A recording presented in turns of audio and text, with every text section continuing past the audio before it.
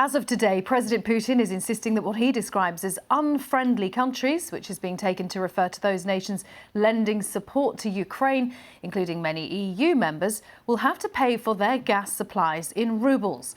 And that comes after Russia's banking sector was hit by sanctions. Several European governments, including Germany, have said they won't change their method of payment, even in the face of what they say is blackmail. President Biden says the US will release a record amount of oil from its strategic stockpiles to try to bring down international prices. And the World Trade Organization has halved its forecast for global trade this year because of the war in Ukraine.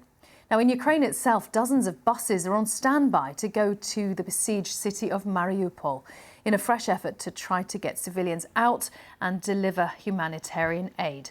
The Red Cross says the convoy's been delayed again after being prevented from travelling on Thursday.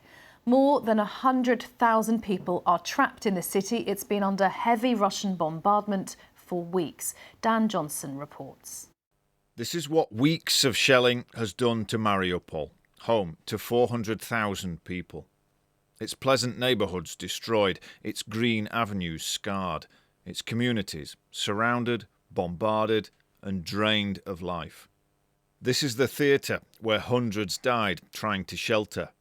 And now more families will scatter to escape a port city that's become one of the most dangerous places on earth. A major evacuation, stalled again yesterday, is back on for this morning. 45 Ukrainian buses are on their way. And the Red Cross says it is bringing 2 trucks of humanitarian aid to the besieged city, where it's estimated 160,000 people are still trapped, many without food, power or water. Where can we go? We're afraid. Can you imagine living and walking among the dead bodies? I no longer have a house, and I'm crying. I'm a man, and I have never cried in my life.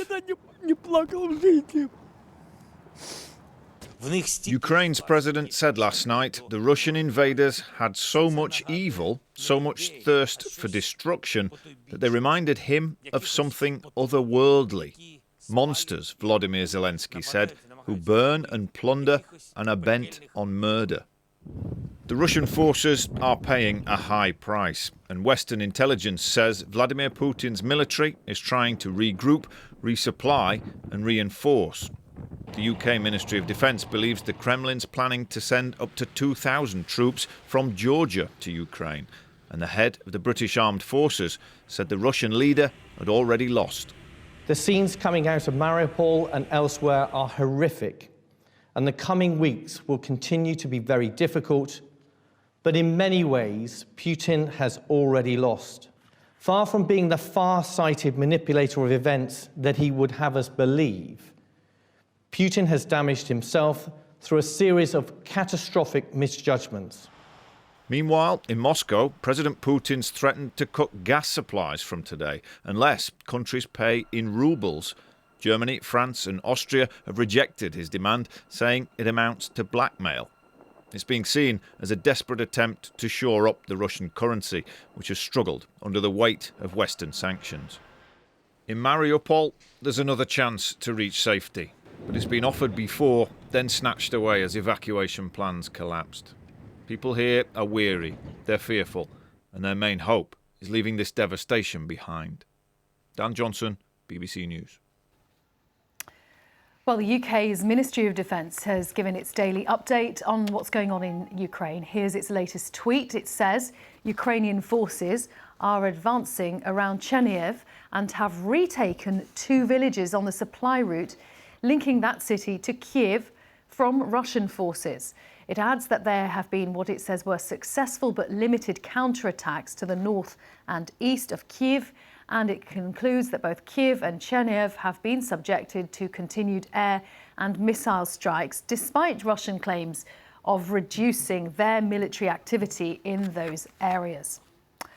Well, let's get more and talk to our correspondent Emma Vardy, who's in Lviv in western Ukraine. And Emma, let's just talk about what is going on in Mariupol, that port in the south that's been bombarded for weeks. There was supposed to be a ceasefire yesterday, allowing a convoy to go in and help people to get out. What do we know about where that is and what's happening today?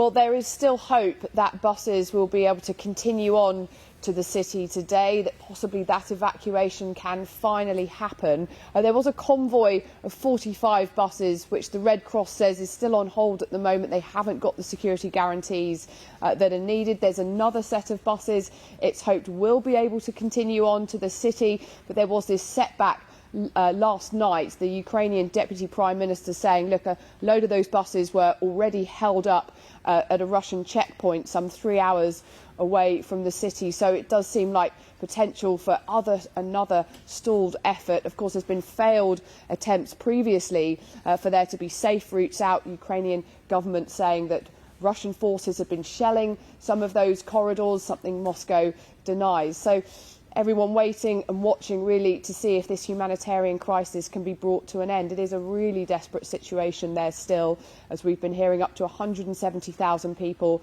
still trapped. There have been a few people who have been able to escape that the BBC has caught up with in recent days, telling terrible stories of so much of the city just in devastation, and people with awful stories of watching death and destruction in front of their eyes. So one can only imagine how people are feeling, those people still trapped there.